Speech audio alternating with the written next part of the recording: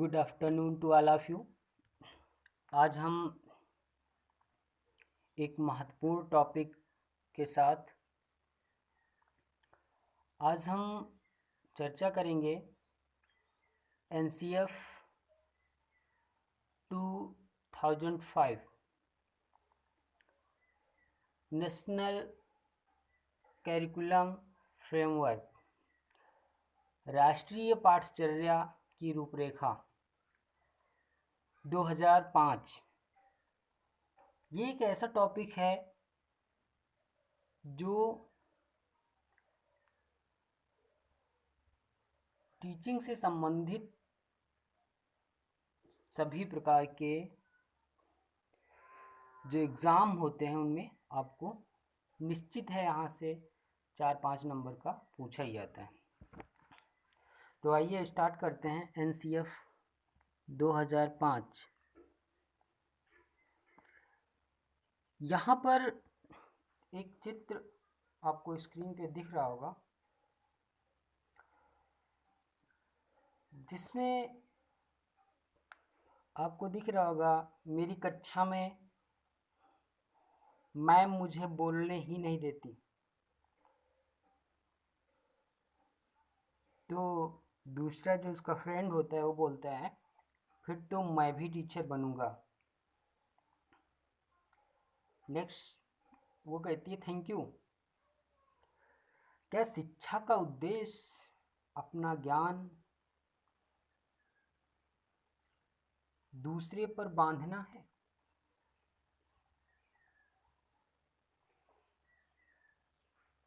इन उद्देश्यों को, इन प्रश्नों के उत्तर को, या ये जो शिक्षा प्रणाली थी अपने ज्ञान को दूसरे पर बांधना, उसका खंडन करता है NCF 2005 नेशनल करिकुलम फ्रेमवर्क। क्या है, कैसे? तो जो आपका नेशनल करिकुलम फ्रेमवर्क है इसकी अध्यक्षता प्रोफेसर यशपाल ने की। यह जो NCF बना यह NCERT के तत्वाधान में और NCERT के निदेशक जो NCF 2005 आया वो NCERT के निदेशक प्रोफेसर कृष्ण कुमार ने इसको बनाने का जो कार्य था वो किया। किसकी अध्यक्षता में? प्रोफेसर यशपाल की अध्यक्षता में। जो राष्ट्रीय पाठ्यचर्या 2005 था इसको प्रारंभ करने के लिए 21 फोरम बनाए गए।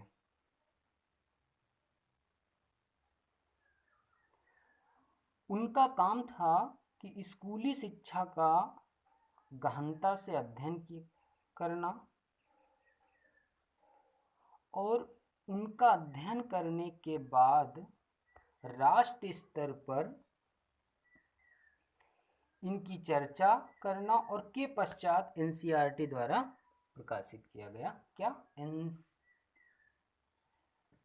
NCF 2005। जो इससे पहले ये जो NCF का 2005 था ये NCF का चौथा एडिशन था। इससे पहले जो NCF के पहले एडिशन आया जिसमें जो 1975 में, सेकेंड 1988 और जो थर्ड आया NCF वो 2000 में। तो जो इससे पहले के NCF था राष्ट्रीय पाठ्यचर्या रूपरेखा वो व्यवहारवादी मनोविज्ञान पर आधारित थी। जो पहले था 2000 और 2000 से पहले के वो सभी व्यवहारवादी मनोविज्ञान पर आधारित थे। लेकिन जो 2005 आया ये रचनात्मक सिद्धांत पर आधारित था। ये जो 2005 एनसीएफ बनाया गया ये रचनात्मक सिद्धांत पर आधारित था। कभी कभी आपसे क्वेश्चन पूछ लेता है कि एनसीएफ 2005 किसका पूर्ववर्ती है, तो एनसीएफ 2005 2000 का पूर्ववर्ती है।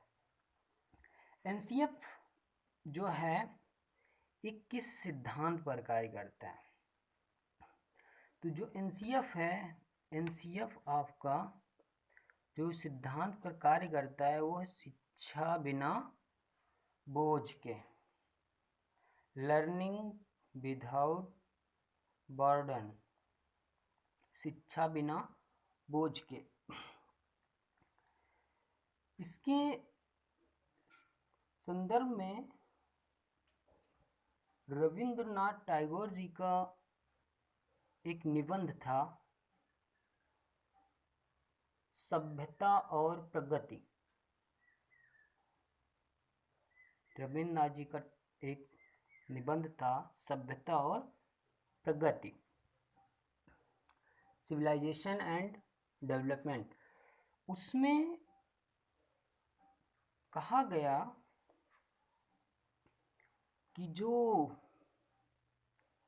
बालक है, जो विद्यार्थी है, वह सृजनात्मकता और उदारता का आनंद है, क्रिएटिविटी एंड जॉयफुलनेस से भरा हुआ है। लेकिन जो सोसाइटी के अननोन पर्सन है, अनभिज्ञ अनजान व्यक्ति हैं, वे उस बालक को विक्षिप्त करते हैं, उस पर बोझ देते हैं, वो कहीं उसको विचलित ना कर दें। इस परिप्रेक्ष्य में आपका एनसीएफ का निर्माण, उसमें जो उन्होंने कहा कि जो बालक है वो उसमें सामाजिक न्याय, समतामूलक, विचारमूलक और कार्य की स्वतंत्रता, दूसरों के प्रति भलाई, भावनाओं के प्रति संवेदना, संवेदना के प्रति संवेदनशीलता, नई परिस्थितियों में जो लचीलापन होता है, ये इनका विकास करना ही शिक्षा का मेन उद्देश्य है। जो शिक्षा बिना बोझ के टर्म्स है, इसे एक रिपोर्ट आई थी MHRD के द्वारा, ministry of human resource development, MHRD के द्वारा जो रिपोर्ट आई 1993 में, उसमें कहा गया, उसमें शिक्षा बिना बोझ के जो था उसका व्याख्यान किया गया कि जो शिक्षा है उसके बोझ को कम से कम किया जाए। राष्ट्रीय पाठ्यचर्या जो थी उसमें आप देखेंगे, जैसा कि हमने बताया कि सभ्यता और प्रगति से हुआ, जिसमें उन्होंने बताया है कि सृजनात्मकता है और उदारता, वो आनंद, उदार आनंद बचपन की कुंजी है। जो राष्ट्र पाठ्यचर्या थी, इसमें पाठ्यचर्या के निर्माण के लिए 5 निर्देशक सिद्धांतों का प्रस्ताव रखा गया और इसमें जो ज्ञान था उसको बाहर के जीवन से जोड़ने पर जोर दिया गया। पढ़ाई को रटन प्रणाली से मुक्त हो यह सुनिश्चित करना इसका उद्देश्य था नेशनल फ्रेमवर्क का। पाठ्यचर्या का इस तरह संवर्धन कि वह बच्चों के चहुमुखी विकास के अवसर मुहैया कराए, बजाय इसके कि पाठ्य पुस्तक केंद्रीय बनकर रह जाए। ठीक। एक ऐसी अधिभावी पहचान का विकास जिसमें प्रजातांत्रिक राज्य व्यवस्था के अंतर्गत राष्ट्र चिंताएं समाहित हों। इस परिप्रेक्ष्य में राष्ट्र पाठचर्या रूपरेखा को 5 भागों में वर्णित किया गया, जिसमें पहला था परिप्रेक्ष्य, दूसरा सीखना और ज्ञान, तीसरा था पाठचर्या के क्षेत्र, स्कूल की अवस्थाएं और आकलन, फोर्थ था विद्यालय तथा कक्षा का वातावरण, फिफ्थ व्यवस्थागत सुधार। इन 5 भागों में बांट करके उसका जो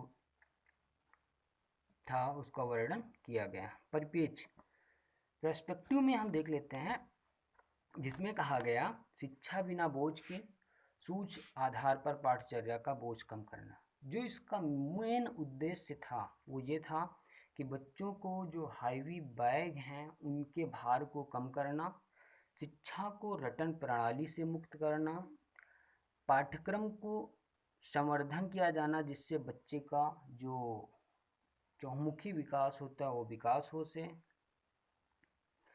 और इस प्रकार से नागरिकों का विकास करना कि वह लैंगिक न्याय, लोकतांत्रिक व्यवहारों, अनुसूचित जनजातियों और विशेष आवश्यकता वाले बच्चों के प्रति संवेदनशील हों। नेक्स्ट जो शिक्षा का उद्देश्य माना गया वो ये ऐसे नागरिक वर्ग का निर्माण करना जिसमें राजनीतिक एवं आर्थिक प्रक्रियाओं में भाग लेने की क्षमता हो। सीखने के परिप्रेक्ष्य में अगर देखें जो एनसीएफ का उद्देश्य था सेकंड, उसमें देखा जाए तो समाज में मिलने वाली औपचारिक शिक्षा विद्यार्थी में अपना ज्ञान सृजित करने की स्वाभाविक क्षमता को विकसित करती है। बालक केंद्रित शिक्षा का अर्थ है बच्चे के अनुभवों, उसके स्वरों और उनकी सक्रिय सहभागिता को प्राथमिकता देना। भाषा के माध्यम और स्वयं को दुनिया को समझना, मतलब भाषा का जो ऐसा माध्यम हो जिसमें वो अपने आप को समझ सके। इसमें ही जो त्रिभाषा सूत्र का विकास किया गया था। त्रिभाषा सूत्र को जो है उसको समझने में पहले ये देख लेते हैं त्रिभाषा सूत्र जो था इसका निर्माण कहाँ से हुआ। तो त्रिभाषा सूत्र 1961 में मुख्यमंत्रियों का एक सम्मेलन हुआ जिसमें त्रिभाषा सूत्र का निर्माण किया गया और उसके प्रभाव को देखते हुए इसे राष्ट्रीय शिक्षा नीति 1986 का मुख्य हिस्सा बनाया गया। त्रिभाषा सूत्र को जो राष्ट्रीय शिक्षा नीति 1968 उसका मुख्य हिस्सा बनाया गया। और ये जो त्रिभाषा सूत्र था इसमें ये कहा गया कि अधिगम के लिए 3 भाषाओं का प्रयोग किया जाए। 3 भाषाओं का मीन्स ये कि एक तो जो उनकी मातृभाषा है मदर टंग, दूसरा उनकी जो राज्य भाषा है वो, और तीसरी वो जो उनकी राष्ट्रीय और अंतर्राष्ट्रीय भाषा है उस भाषा का प्रयोग पर उन भाषाओं का प्रयोग किया जाए। मीन्स जब वो स्टार्टिंग में जा रहा है सीखने के लिए तो मातृभाषा, इसके बाद जब वो प्राथमिक में जा रहा है तो उसके लिए मातृभाषा के साथ साथ वहाँ की स्टेट भाषा, और उस स्टेट भाषा के साथ जब वो उच्चतर शिक्षा के लिए जा रहा है तो वहाँ पर स्टेट भाषा के साथ मातृभाषा के साथ ही साथ अंतर्राष्ट्रीय भाषा का प्रयोग किया जाएगा। ठीक, तो 3 भाषाओं का प्रयोग करते हुए शिक्षण अधिगम की जो प्रक्रिया होती है वही होता है त्रिभाषा का प्रयोग। तो इसमें जो था एनसीएफ वो अवलोकन, अन्वेषण, विश्लेषण और विमर्श तथा ज्ञान की विषय वस्तु विद्यार्थियों की सहभागिता के मुख्य क्षेत्र से था।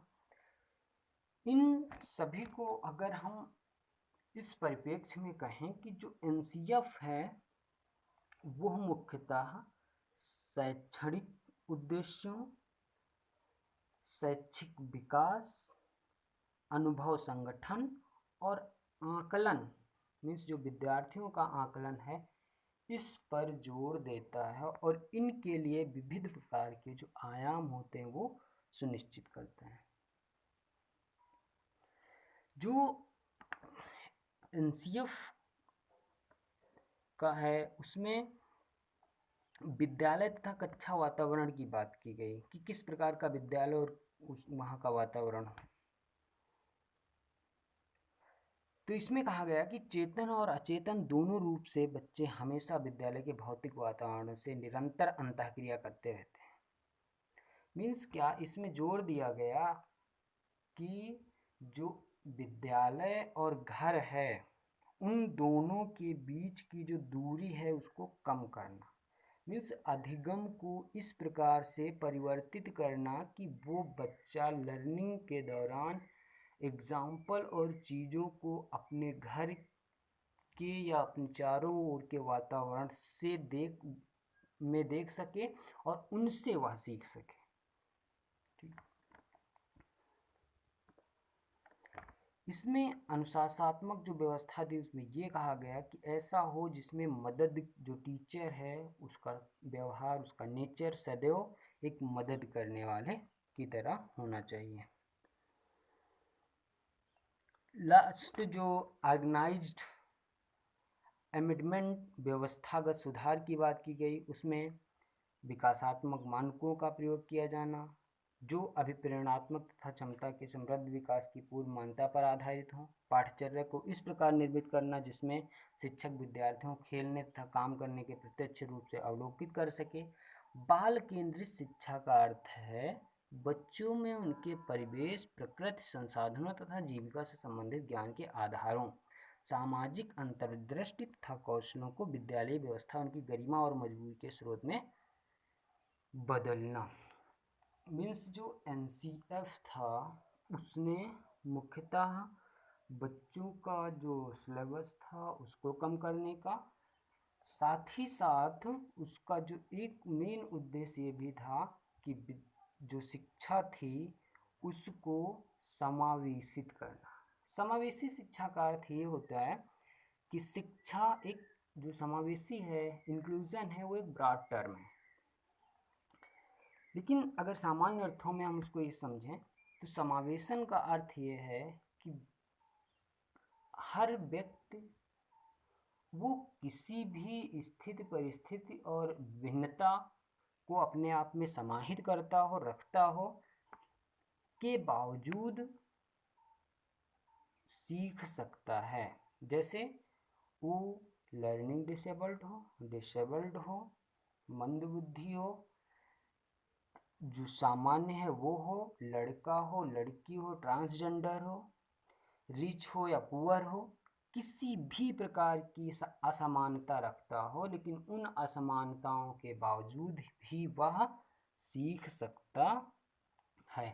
तो एनसीएफ 2005 में मुख्यतः जो शिक्षा के विभिन्न पहलू थे 5 बिंदुओं, जिसमें परिपेक्ष, सीखना और ज्ञान, पाठ्यचर्या का क्षेत्र, स्कूल की अवस्था और आकलन, फोर्थ विद्यालय तथा कक्षा का वातावरण, व्यवस्थागत सुधार, इन 5 जो बिंदु थे, इन 5 बिंदुओं पर विशेष जोर दिया गया।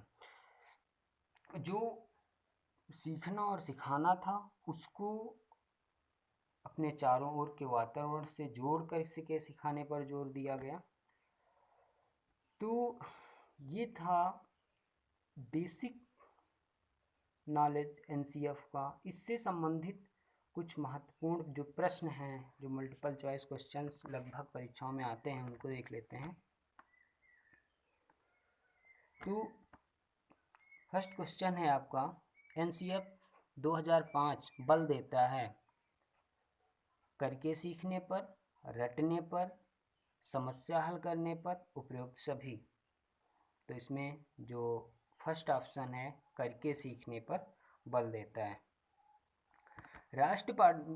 सेकंड क्वेश्चन है आपका, राष्ट्र पाठ्यचर्या की रूपरेखा 2005 में बातचीत की गई है। फर्स्ट है अस्थाई ज्ञान स्थाई है, वह दिया जाता है, से ज्ञान का विकास होता है और इसकी संरचना की जाती है। सेकंड है शैक्षिक केंद्र से विषय केंद्र पर। थर्ड है विद्यार्थी केंद्रित से अध्यापक केंद्रित की ओर। इनमें से कोई नहीं। तो इसमें फर्स्ट होगा ऑप्शन फर्स्ट, ज्ञान स्थायी है, वह दिया जाता है, से ज्ञान का विकास होता हो और उसकी संरचना की जाती है। थर्ड क्वेश्चन है राष्ट्रीय पाठचर्या रूपरेखा 2005 के अंतर्गत निःशक्त बालकों की रक्षा के लिए प्रावधान किया जा सकता है।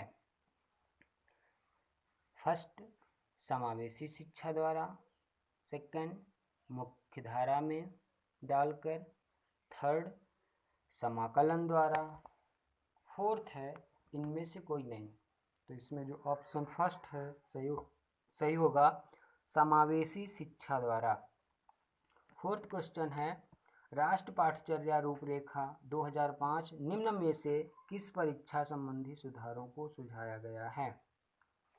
कक्षा 10 की परीक्षा ऐच्छिक, सेकंड विद्यालय शिक्षा की विविध अवस्थाओं पर राज्य स्तर की परीक्षा का संचालन, प्रतियोगी प्रवेश परीक्षाओं की ऐच्छिक, इनमें से सभी। तो इसमें फर्स्ट होगा कक्षा की परीक्षा ऐच्छिक।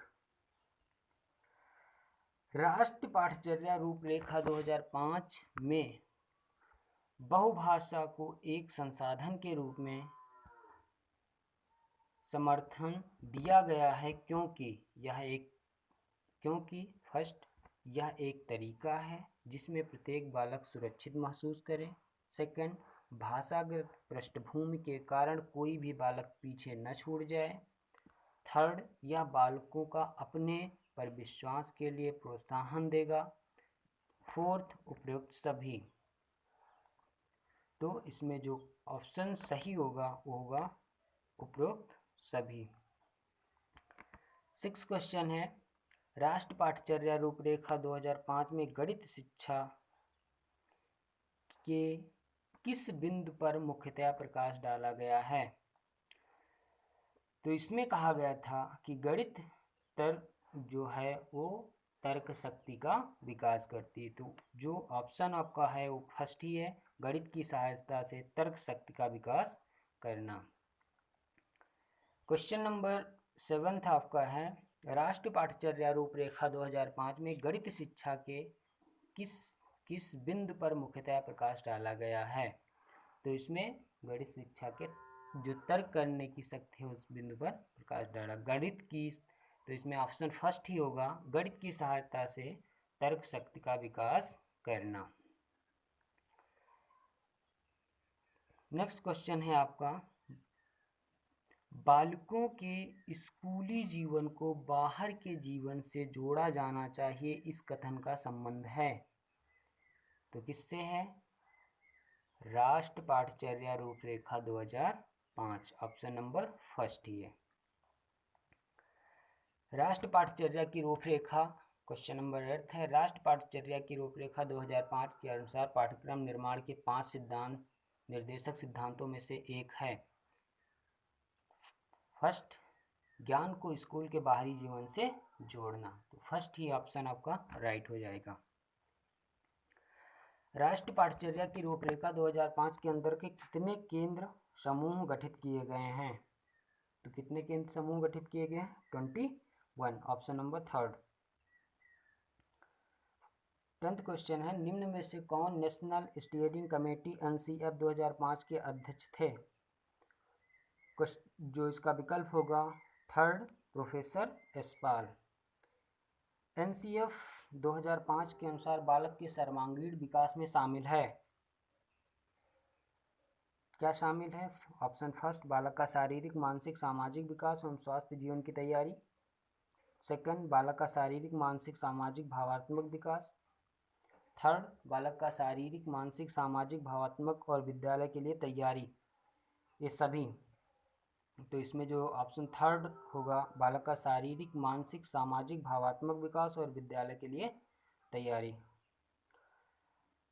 क्वेश्चन नंबर 12 है NCF 2005 में अनुशासन एवं सहभागी प्रबंधन शीर्षक के अंतर्गत कक्षा में शांति बनाए रखने से संबंधित जो नियम होते हैं, इनके पालन से अध्यापक कक्षा से ऑप्शन फर्स्ट समानता और बराबर अवसर देने के मूल्यों को कमजोर बनाते हैं और उन्हें क्षत पहुंचाते हैं।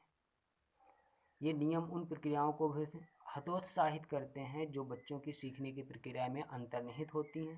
थर्ड, ये नियत सहपाठियों के में समुदाय की भावना को अविकसित होने से भी रोकते हैं। राइट आंसर आपका थर्ड ही होगा। ये नियम सहपाठियों में समुदाय की भावना को अविकसित होने से रोकते हैं। क्वेश्चन 13 एनसीएफ 2005 के अनुसार जो जिस स्तर कमा यहाँ पर काम होगा, जो काम जिस स्तर पर संभव है उसे उसी स्तर पर किया जाना चाहिए, ना कि उससे उच्च स्तर पर। इसे कहा गया फर्स्ट पूरकता का सिद्धांत, संज्ञानात्मक वैधता का सिद्धांत, नैतिक वैधता का सिद्धांत, मार्गदर्शक का सिद्धांत। तो इसे कहा गया पूरकता का सिद्धांत। 14 क्वेश्चन है एनसीएफ 2005 में समक्ष के रूप में दी गई गणितीय की विशिष्ट अवधारणाओं में किसी शामिल नहीं किया गया है। तो इसमें गणित की पुष्टिकरण की क्रिया अवलोकन या प्रयोग पर आधारित होती है, इसे शामिल नहीं किया गया। 15 क्वेश्चन और लास्ट क्वेश्चन देख लेते हैं। एनसीएफ 2005 के विकास को सीखना शीर्षक के अंतर्गत संज्ञानात्मक विकास का अर्थ है कर्म। फर्स्ट है कर्म व भाषा के माध्यम से स्वयं और दुनिया को समझना, और यही आपका राइट आंसर होगा। इसके अलावा और भी कुछ क्वेश्चंस हैं जो आप देख सकते हैं स्क्रीन पे।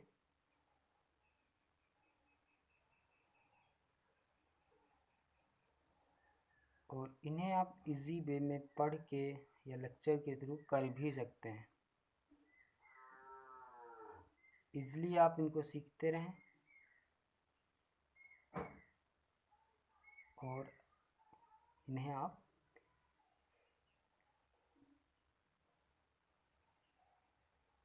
अपने अनुभव और ज्ञान से जोड़ने का प्रयास करें।